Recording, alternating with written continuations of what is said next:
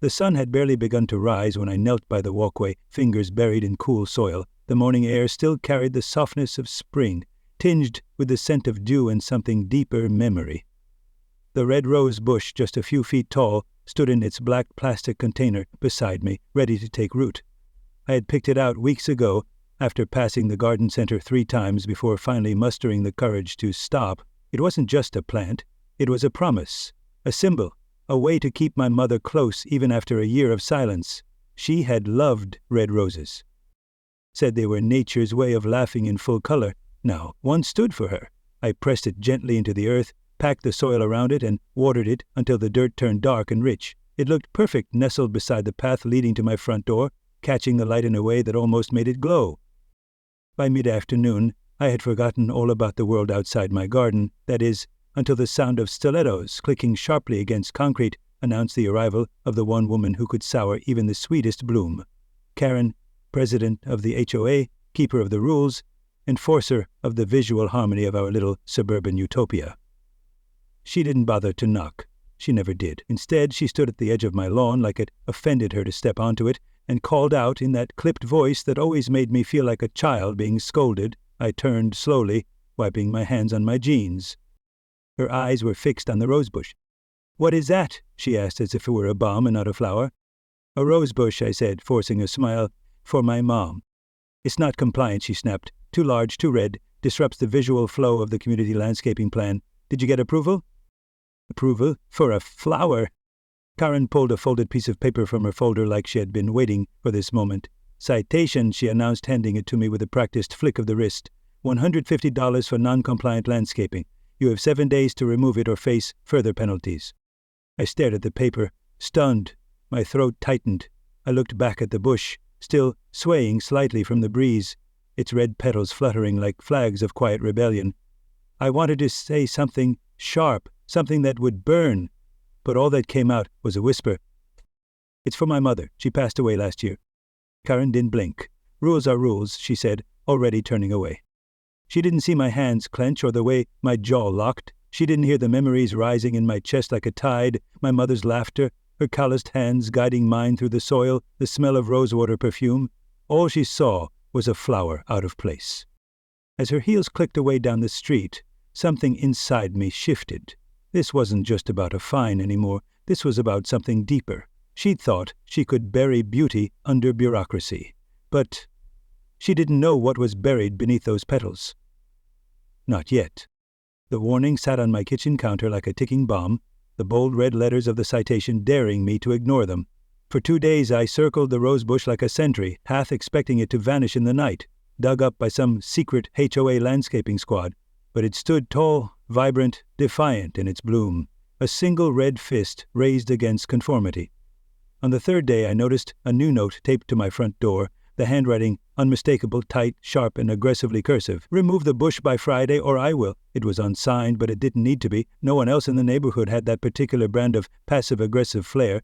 Karen didn't just hate the rose bush, she was obsessed with it. Every morning she walked by slower than usual, pretending to check her phone, but always eyeing the flower like it was plotting something. And maybe it was. Maybe it was reminding people that life was more than beige siding and regulation mulch, that there was color and feeling and history in these houses, things not listed in HOA bylaws. Word of the confrontation must have started to ripple through the neighborhood because I began to notice glances, some sympathetic, some wary. No one said anything, but the silence was loud. They had all been there before.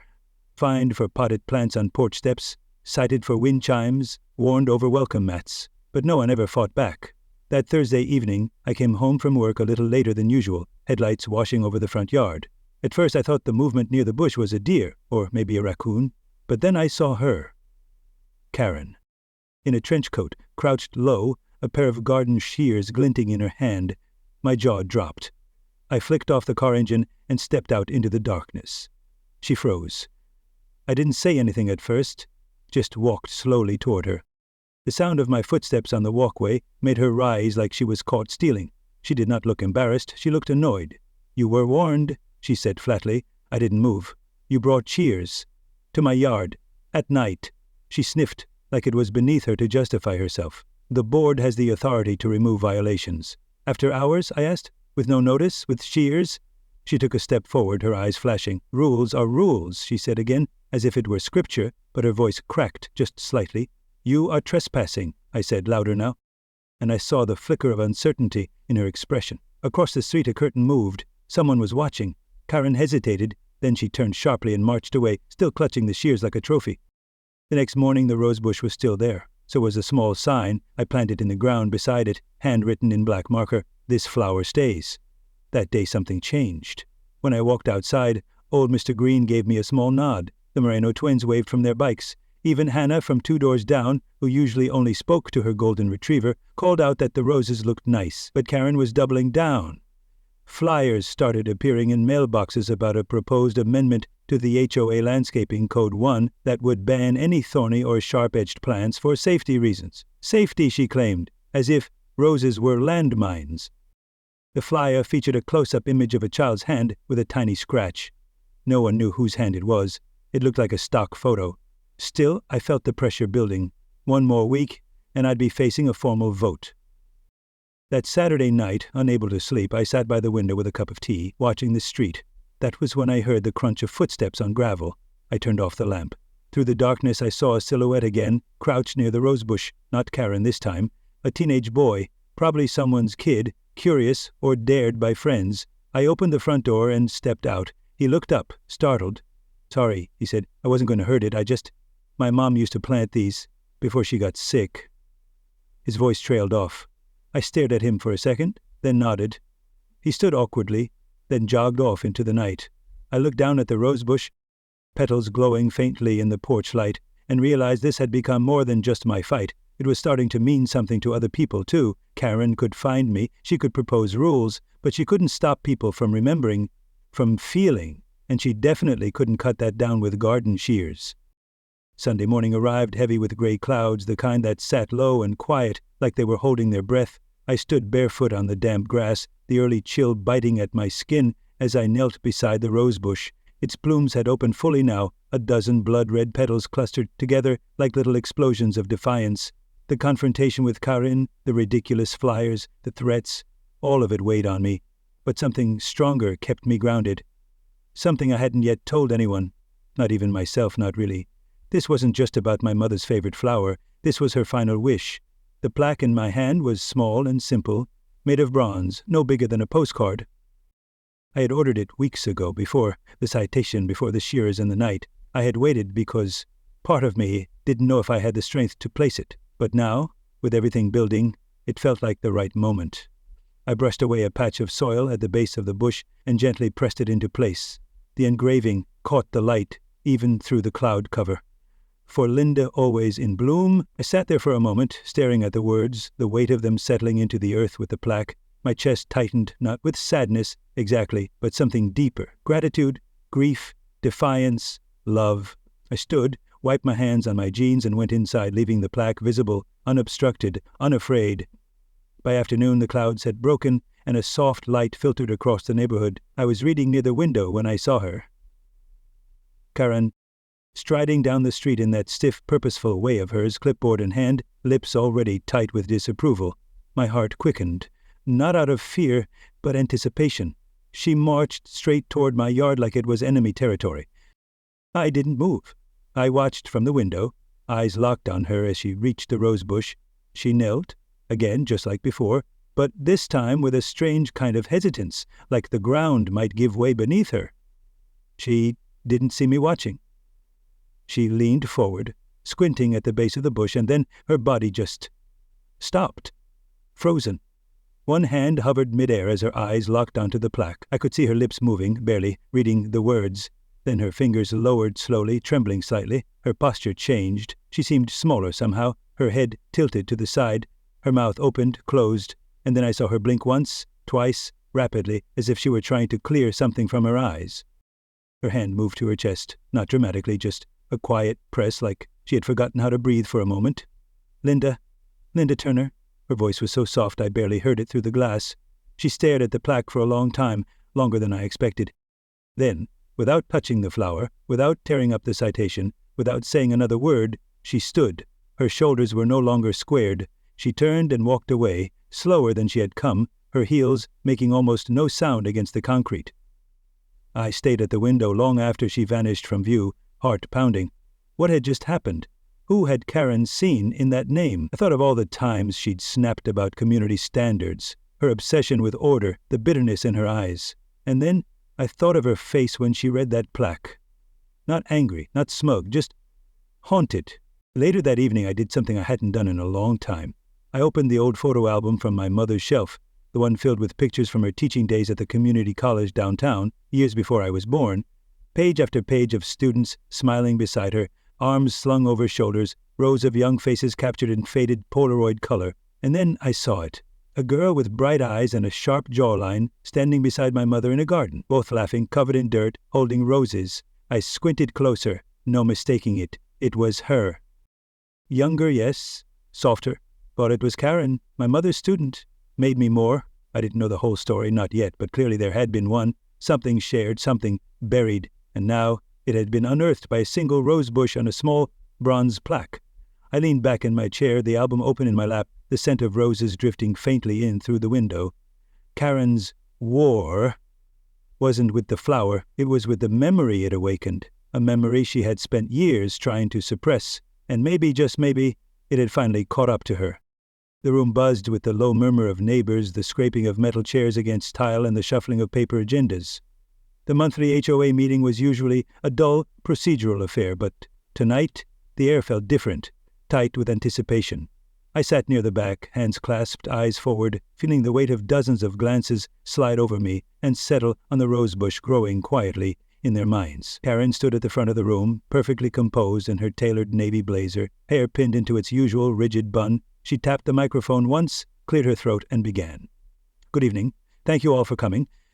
First order of business, an amendment to our landscaping policy to address recent safety concerns. She turned the page on her clipboard with the kind of precision that made you feel like she'd rehearsed it. I propose a new rule banning all thorned or sharp-edged plant varieties in front yards, particularly those within 10 feet of sidewalks or shared walkways. The words came out crisp and controlled, but there was a nervous current beneath them, one only noticeable if you were watching closely. She avoided eye contact with me. Not once did she look my way. A few people shifted in their seats. A couple exchanged looks. One man coughed quietly.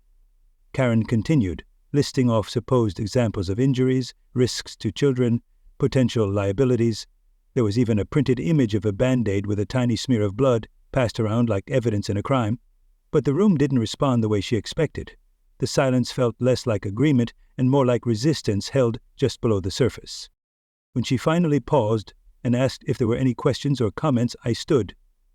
My heart thudded in my chest as every head turned toward me. I didn't need to raise my voice. The quiet made space for it. I planted that rosebush for my mother. Her name was Linda. She passed away last year. It was her favorite flower.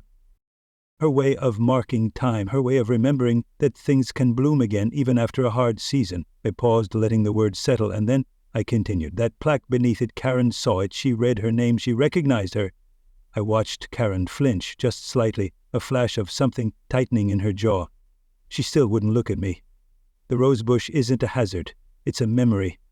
And no one should have the power to destroy someone's memory just because they don't find it pretty. The silence cracked. A woman in the front row nodded. A man near the door murmured, "That's right." Under his breath, I could feel the tide shifting. A voice from the left. Sarah from 3 houses down spoke up. "I think it's beautiful. It's not hurting anyone. If anything, it makes the neighborhood feel more human." A few others chimed in, quiet at first, but gaining strength. "My daughter loves that bush," said another neighbor. "Every time we walk by, she says it smells like kindness." Someone laughed softly. Karen gripped the sides of the podium. Her voice, when it came, was tighter. "This is not about one bush. This is about setting precedent, about maintaining order. If we allow emotional exceptions, then what happens when everyone starts doing whatever they want? What kind of chaos will that create?" She was unraveling just a little, and everyone could see it. Another neighbor raised his hand, a soft-spoken man with wire-framed glasses who lived in the corner house. He stood slowly. "I knew Linda. She taught me how to garden. I was 14. She let me plant cucumbers in her backyard when my parents said no. I didn't know what I was doing, but she made me believe I could grow something real." The room fell silent again. Karen blinked rapidly. Her lips parted like she wanted to speak, but no words came. Her armor was cracking, piece by piece. The room wasn't just rejecting her proposal, they were remembering, and memories are stronger than rules. I stepped forward one more time. I understand the importance of rules, I do, but rules should protect people, not erase them. That bush isn't just a flower, it's a legacy. And I won't take it down, not now, not ever. Someone started clapping. One person, then two, then more. Not wild applause, but steady, certain. Karen stood frozen, her hand still gripping the podium, like it was the only thing keeping her upright. Finally, she cleared her throat, stepped back, and, without a word, removed the proposal from the agenda. Her eyes met mine just once. They were unreadable, but not cold. Not this time. Then she sat down, shoulders tight, her clipboard resting on her lap like a closed door, and just like that, the meeting moved on. But nothing in the room was the same anymore. 3 days after the meeting, the citation returned, this time folded neatly in an envelope and slid beneath my front door without a knock. No note, no explanation, just the original fine with a single red line drawn through it and the word withdrawn written across the top in tight-clipped handwriting. I stared at it for a long time, unsure whether to laugh or rip it in half. It felt less like a victory and more like a retreat. Karen hadn't spoken to me since the meeting. She hadn't spoken to anyone, really. Her daily power walks had stopped. The usual surveillance strolls, clipboard in hand, gone. The neighborhood felt lighter, like something had loosened in the air, some long-held tension finally letting go. But no one dared say her name aloud. Not yet. Not until the next HOA meeting, where the energy shifted the moment people walked in. There was no prepared speech from Karen, no proposed amendments, just a quiet buzz of anticipation of something brewing beneath the surface. I took my usual seat near the back, but tonight I wasn't alone. A few neighbors, who had never made eye contact with me before, now sat closer, nodded as they passed. The sense of quiet solidarity had grown into something real. When the floor opened to community business, it happened fast. A woman from the cul-de-sac raised her hand and spoke with a clarity that startled the room. "I'd like to propose a vote to remove Karen from the HOA board." Gasps. Audible ones. Karen's head snapped up. Her face didn't contort with rage or shock, it just froze. Blank. Someone else seconded the motion, then a third, then silence. Karen stood slowly, adjusting the hem of her blazer. She didn't argue, didn't defend herself. She simply looked out at the room she once controlled and saw it had turned. Not loud, not angry, just done. For a long second, I thought she might explode, fire back, cling to power out of sheer pride, but instead she reached down, picked up her clipboard and said, "I withdraw myself from the board." Her voice was even, but thin, strained. Then she turned and walked out, heels clicking against the tile like punctuation marks. No one followed her, no one stopped her. The door closed behind her with a soft finality, and just like that, the reign of Karen was over. It wasn't a spectacle, it wasn't dramatic, but it was real, a quiet, undeniable fall. I looked around the room and saw faces relaxed for the first time. Some were smiling, a few were even misty-eyed. And then one neighbor, Tom, the same man who had spoken about my mother, turned to me and said, "You did this, not by fighting, just by planting something that mattered." I didn't know what to say. All I could think was how strange and beautiful it was that a single rosebush could unravel years of silence, control, and fear, that beneath the thorns something soft had grown, a truth no rule could contain. A week passed without a single sighting of Karen. No click of heels, no flyers taped to mailboxes, no notes slipped under doors. It was as if she had vanished into the very order she used to enforce. The neighborhood, once stiff with regulation, had started to breathe again. It was subtle at first, a wind chime on a porch, a colorful welcome mat, a bird feeder that would have once warranted a citation. But then, one morning, I opened my front door and froze. Lining the base of my fence were small flower pots, dozens of them, each one different. Bright yellows, soft blues, wild pinks, some neat, some overgrown. Some carried tags with names, others were nameless bursts of life, and nestled among them a card written in careful, slanted handwriting that I didn't recognize, for the things that still bloom even after loss. I held the card in my hand and felt something shift in my chest, something I hadn't expected. Peace, not the kind that comes from winning, but the kind that follows a storm, when the air is clear and still and everything smells like beginning. I walked barefoot through the grass to the rosebush, now taller and fuller than ever, its petals bold and unapologetic in the morning light. The plaque at its base gleamed, undisturbed. My mother's name had never felt more present. As I stood there, I noticed something else. Movement up the street. Mrs. Lentz, who used to pull her blinds closed every time Karen walked by, was planting tulips. The Marino twins were digging a patch near their mailbox, grinning as they pulled out old weeds to make space. Across the road, even old Mr. Green, gruff and silent, had set a daisy pot on his windowsill. Flowers were everywhere. No one had asked permission. No one had waited. The fear had lifted. The rules, still technically in place, had become paper thin. People weren't looking for approval anymore. They were planting what made them feel human. Later that afternoon, I walked the neighborhood. Not out of defiance, not even out of curiosity, just to see what had grown. Every yard held something new, some messy, some beautiful, all of them real. I passed the spot where Karen used to stand every morning, clipboard in hand, eyes sharp and unyielding. Now it was just a patch of sidewalk surrounded by color. Whatever she had buried, whatever pain had twisted her into a guardian of order, had finally been uncovered.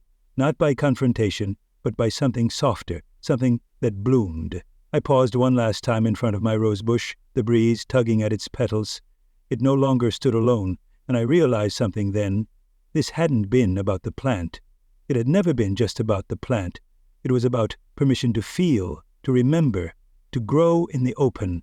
And now no one in the neighborhood was asking for it anymore.